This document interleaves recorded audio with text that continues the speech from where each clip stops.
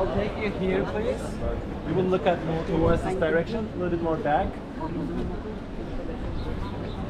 Take you here, sir.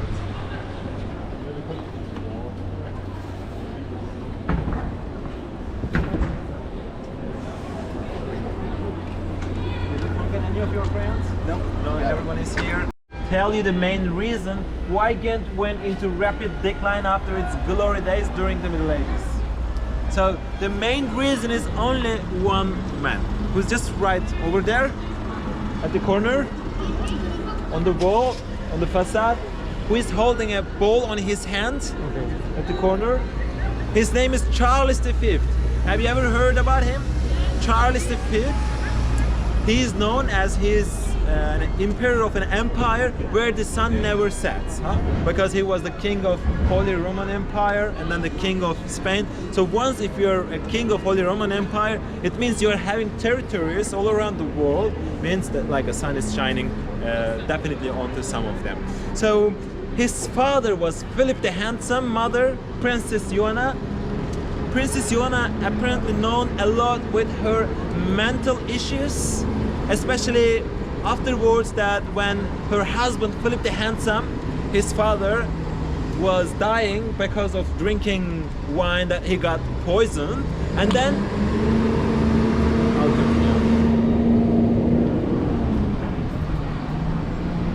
you seem very attractive. You see that love? Yeah, Duvel, it's severe. So I was telling that Princess Joanna got mad when her husband died while drinking wine. He got poisoned because he was very young. So what happened that Princess Joanna was taking his decaying body everywhere she went for the next 2 years. Like it was that basically, huh? So what was happening? They were hugging each other, like sleeping together, kissing. So all the rest you can imagine. Then what happened? Actually, Charles V wanted to get rid of her mom. He was labeling her. Actually, first he put her in a monastery for the rest of her life. That way that he could label her that she's a mad lady. She is unable to rule over the empire. So that way he could become this undisputed ruler. It was quite a bit smart, but really bad. So this happened. Anyway, I was exactly copy of his grandfather, Maximilian of Austria. They were both obsessively interested in invading new territories. I will come back to this point. First, you should know that Charles V was born in Ghent in 1500. They say in a toilet, but I'm not sure about that. So, and it was also the year when the construction of our city hall started. Things were so well in the city, then some things happened which halted the further construction by 80 years. At the end it took 400 years to complete it, and it was supposed to be 4 times bigger than this. So what happened? The worst part of our history is coming right now. It was 1537. Charles V wanted to expand his territories in Italy, and he raised the war tax in Ghent because he thought that it's gonna be easy because it's his birthplace. But he forgot one thing that you know it well, Ghentians. Stubborn, rebellious, huh? They answer like that, no, this is not our war, this is not to the benefit of our city, we are not going to help you. They thought that Charles V would take this simple, but they were wrong, absolutely wrong. What happened? Charles V came to Ghent with 5,000 people of Spanish army troops. The first thing that they have done, invading the birthplace of the city, St. Paul's Abbey. At the beginning I mentioned, it is the foundation of the city. It was founded in the 7th century. They converted it into a military complex and directed the cannons against the citizens here towards the city center. The second humiliating thing, but really humiliating, they removed all the bells from the belfry tower and burned down all the important documents.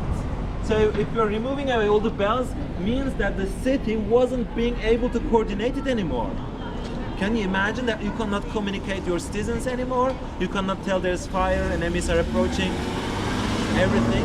And then the third thing, that from that time onwards, Charles V himself was choosing the representatives of the city, and then he took all the money Ghent saved until that time, which was necessary for the construction of the city hall. It took Ghent more or less 80 years to save up the same amount of money to continue the construction, and Ghent had to pay a huge fine.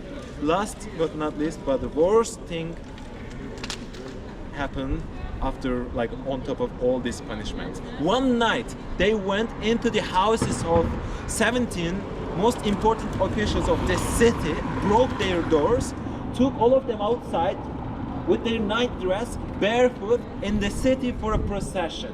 And all of them were having nooses around their necks. I have one example I would like to share it short to you. This is a noose, huh?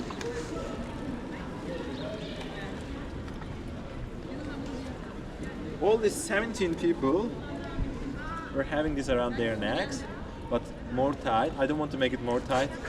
I don't want to be the 18th one, huh? So then it was more like around their neck like that, holding each other's nooses from behind and walking in the city. And the order was that they had to stop every 5 minutes, and then people would throw nasty things against them. So basically they had to walk until they collapsed on the ground. So they walked many hours, being very humiliated because these ordinary citizens were watching them. So after many hours of walking, what happened? Charles V told them, okay guys, okay, if you are going onto your knees and apologizing and accepting my punishment, by the way, this punishment is known as Concessio Carolina. It's known as the worst punishment ever imposed on the city, that it was Ghent. So he said, if you're going onto your knees and apologizing and giving me all the money I want from you, I will not hang you. Then you know one thing well with Ghentians.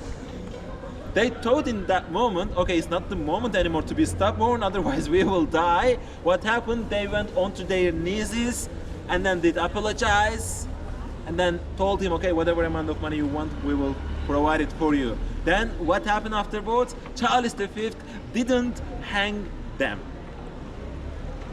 He just decapitated all of them. Quite a bit sad.